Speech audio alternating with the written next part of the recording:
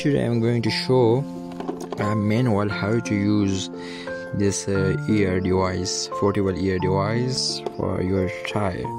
Okay, so this is a device. This come with some very fine setting.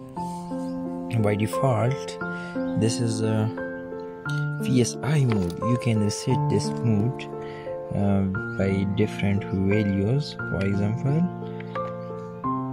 this is a bar, kVA. This is another one. But normally, whenever you want to start ear starting, so put on this method PSI. So once you insert this fold here like this,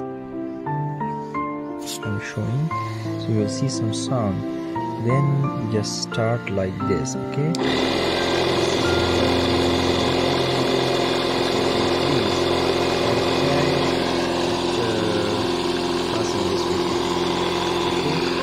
here I insert this.